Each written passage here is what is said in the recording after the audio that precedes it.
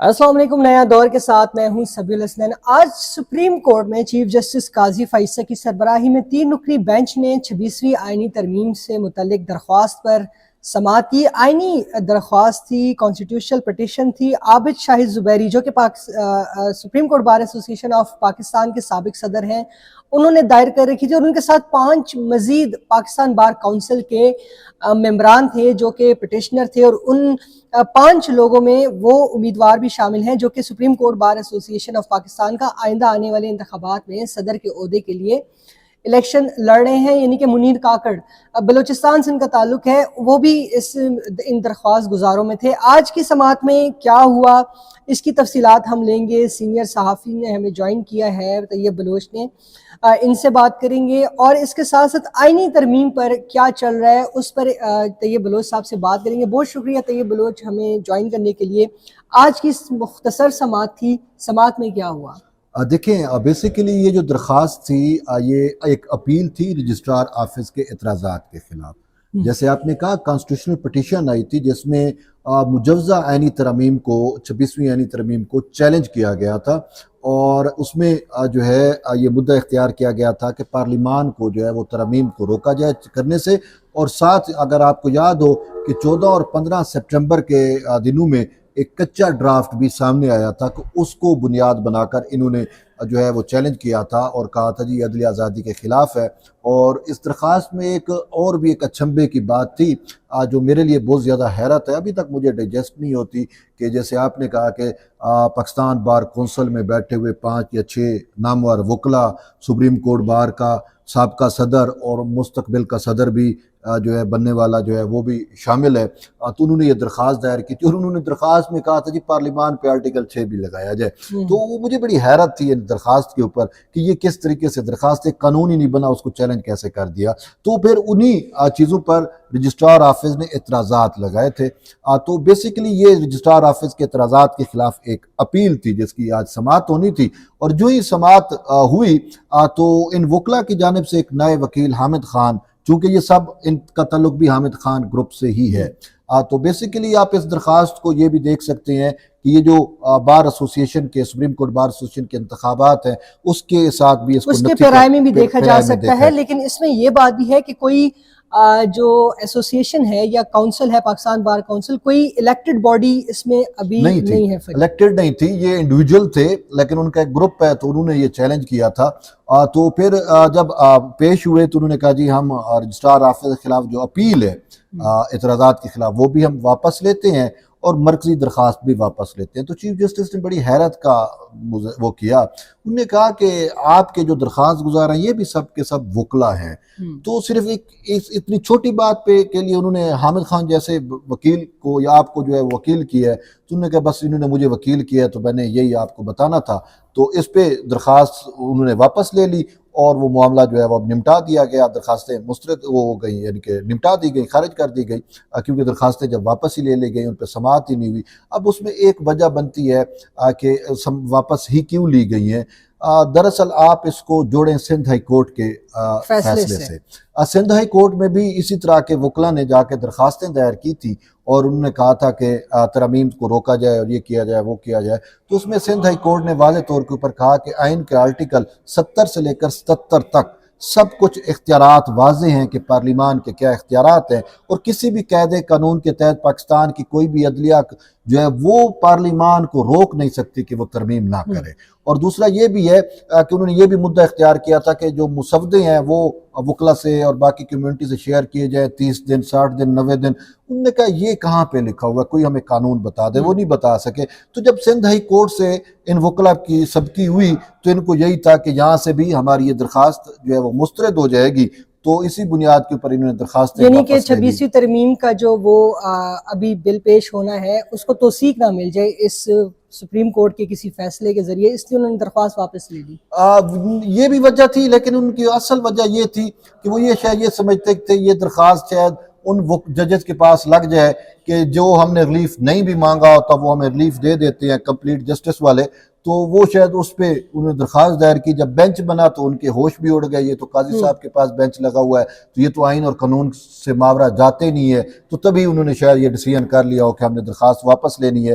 اور مجھے ان کے اوپر بڑی حیرت ہوئی ہے کہ یہ انہوں نے اس ٹائپ کی ایک قانون ہی نہیں بنا، اور یہ وکلا ہیں، کوئی آپ جیسے یا مجھ جیسے لے مین نہیں ہے، تو یہ کس طریقے سے ایک قانون جو بنا ہی نہیں ہے اس کو چیلنج کر سکتے اچھا، ہیں. آج کی سماعت میں چیف جسٹس قاضی فائز عیسیٰ نے عابد زبیری کو کہا کہ آپ کا کیس جو ہے وہ میرے بعد لگے گا، میں آپ کا کیس نہیں لگایا اپنے ٹینیور میں. وہ کون سا کیس تھا؟ کوئی انہوں نے نام لیا کسی کیس کا؟ دیکھیں وہ کیس کا نام تو نہیں لیا، لیکن جو ہم نے سرچ آؤٹ کرنے کی کوشش کی تو صاحب ذرا عابد زبیری کا ایک اور کیس تھا جس میں وہ درخواست گزار ہے، وہ ہے آڈیو لیکس کا کیس، اور اس پہ چیف جسٹس قاضی فیض عیسیٰ کی جانب سے جسٹس منصور علی شاہ کی سربراہی میں ایک بینچ بھی تشکیل پا چکا ہے، لیکن اس کی سماعت کے لیے ڈیٹ نہیں دی گئی. تو اسی وجہ سے چیف جسٹس نے ان کو غالباً اسی کیس کا حوالہ دیتے ہوئے کہا کہ وہ جو ہے میرے بعد لگے گا.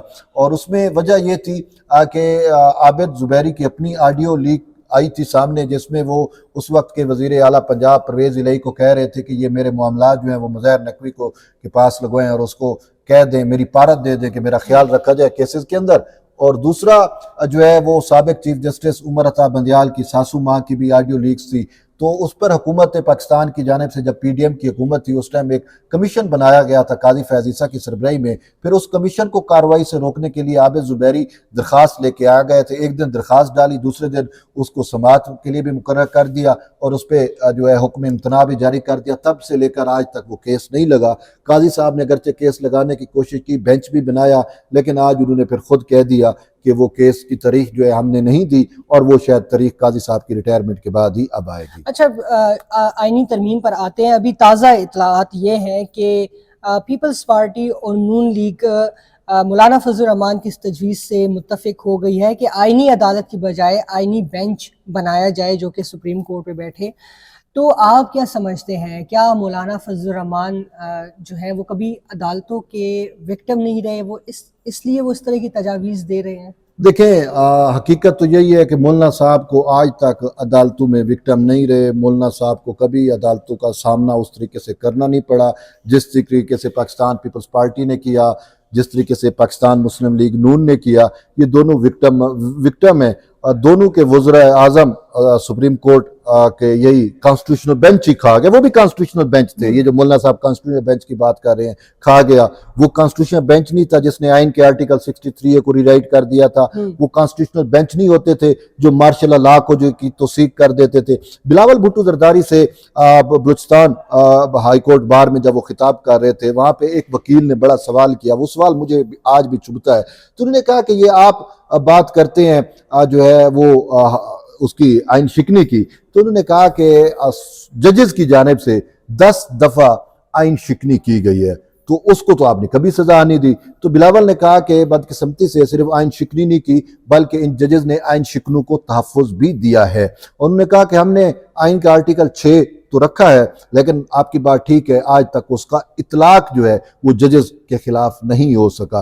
تو بات یہ ہے کہ مولانا صاحب جو ہے وہ خود مجھے سمجھ نہیں آتی کہ مولانا صاحب کی میں کون سی بات کو درست مانوں، یا تو پھر میں یہ کہنے میں حق بجانب ہوں کہ جب سے مولانا صاحب کی سنگت بنی ہے، طریق انصاف کے ساتھ تعلق واسطہ بنا ہے، تو پھر مولانا صاحب میں بھی وہی عادات آ گئی ہیں جو خان صاحب میں ہیں کہ اپنی بات کر کے ہی جو ہے اسے یو ٹرن لے جاؤ. کامران مرتضیٰ صاحب کا کیا کردار آپ کو؟ سنیں، مولانا صاحب نے اسی قومی اسمبلی کے اندر آن دی فلور ایک سٹیٹمنٹ دی تھی کہ ہم چاہتے ہیں کہ آئینی عدالت ہو، اور کیا تھا کہ ججز کی تعیناتی کا طریقہ کار، اور پھر یہ کہا تھا کہ 3 یا 5 سینئر ججز میں سے چیف جسٹس کی تقرری ہو. سینیارٹی کا ایشو جو ہے وہ نہیں ہونا چاہیے. تو مولانا فضل الرحمان کی تو یہ سٹانس تھا. لیکن اس کے بعد مسودے کی رسپانسیبلٹی دی گئی کامران مرتضیٰ کی، اور کامران مرتضیٰ نے جو مسودہ بنایا ہے انفارچونیٹلی اس میں انہوں نے جو ہے وہ کانسٹیٹیوشنل کورٹ کی بجائے کانسٹیٹیوشنل بینچ کر دیا. اب کانسٹیٹیوشنل بینچ جو بنتا ہے اس میں تو ججز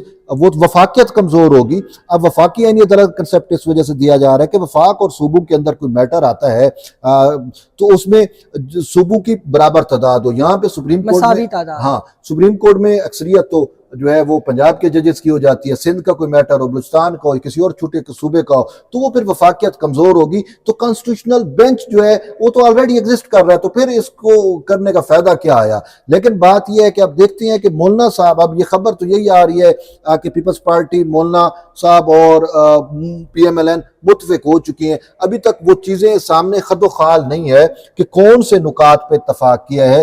لوگ یہ کہہ رہے ہیں کہ کانسٹیٹیوشنل کورٹ پہ متفق ہوئے ہیں. اگر کانسٹیٹیوشنل کورٹ پہ متفق ہوئے ہیں تو مجھے پھر سمجھ نہیں آ رہی کہ بلاول نے قائد اعظم کے خواب لے کے آ گئے کانسٹیٹیوشنل بینچ پہ. آپ کہتے تو کانسٹیٹیوشنل بینچ اور کانسٹیٹیوشنل کورٹ, کانسٹیٹیوشنل بینچ بھی ٹھیک نہیں ہے اگر تو اس میں ججز کی تعیناتی, کانسٹیٹیوشنل بینچ میں تعیناتی کرنے کا ایک پروسیجر طے کر لیں اس آئینی ترمیم میں, اور پھر ریٹائرڈ ججز بھی جو ہیں ان کو بھی ایک اس طرح کے بینچ میں شامل کیا جائے, تو کیا پھر یہ کانسٹیٹیوشنل بینچ کی تجویز بھی ٹھیک نہیں ہے؟ نہیں ہے سر تجویز ٹھیک. کانسٹیٹیوشنل بینچ بنانا ہے تو کانسٹیٹیوشنل بینچ ہم نے دیکھے ہیں نا, بنے رہے ہیں نا سپریم کورٹ میں. جو میں نے مثالیں دی ہیں وہ کانسٹیٹیوشنل بینچ نہیں تھے. آپ جتنے بھی ججز لیے ہیں کچھ بھی کر کے, بھئی وفاقی عینی عدالت کا آپ کا کنسیپٹ ہے کہ میں یہ نہیں کہتا, مجھے یہ بلاول بھٹو زرداری نے شعور دیا ہے کہ قائد اعظم نے جو ہے وہ 27 اکتوبر 1931 کو لنڈن میں گول میز کانفرنس کے اندر وفاقی عینی عدالت کے قیام کی بات کی. تو اس نے کہا سپریم کورٹ بھی ہو, ہائی کورٹ بھی ہو, لیکن جو 184(3) اس ٹائپ کے جو انہوں نے بنیادی انسانی حقوق کے معاملات ہو, جو کانسٹیٹیوشنل میٹر ہو, اس کے لیے الگ سے. اب قائد اعظم جیسا جورسپروڈنس, قائد اعظم خود ایک بریسٹر تھے, لائر تھے, بہت بڑے لائر تھے, آج تک اس جیسا لائر پاکستان پیدا نہیں کر سکا. تو وہ جب وفاقی عینی عدالت کی بات کر رہے ہیں, بلاول اچھا بے نظیر وفاقی عینی عدالت کی بات کر رہی ہیں, نواز شریف اس پہ ایگری ہو گئے ہیں, تو اب مولانا کا وزڈم قائد اعظم سے بڑا ہو گیا.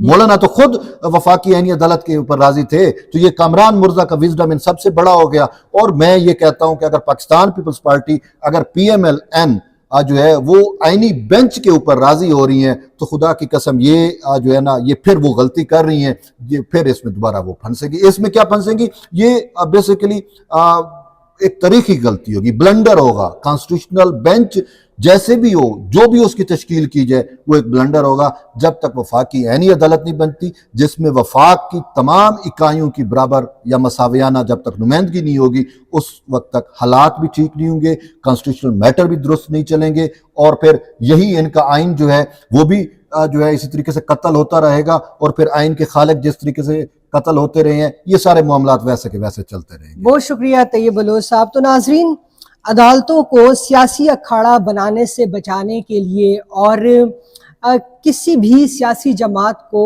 عدالت کے ذریعے فائدے پہنچانے سے بچانے کے لیے آئینی عدالت ناگزیر ہے. اگر آئینی عدالت نہیں ہوگی تو یہ عدالت یعنی کہ سپریم کورٹ استعمال ہوتی رہے گی, کیونکہ آئینی عدالت میں کہا جاتا ہے کہ جو ججز آئیں گے کیا وہ مینیج نہیں ہو سکتے, تو بالکل نہیں ہو سکتے, کیونکہ اس میں ریموول کا اور اپوائنٹمنٹ کا باقاعدہ ایک طریقہ کار موجود ہوگا, اور پارلیمان کو مضبوط کرنے کے لیے بھی اس آئینی عدالت کا قیام جو ہے وہ ناگزیر ہے. فی الوقت کے لیے اتنا ہی. اللہ حافظ.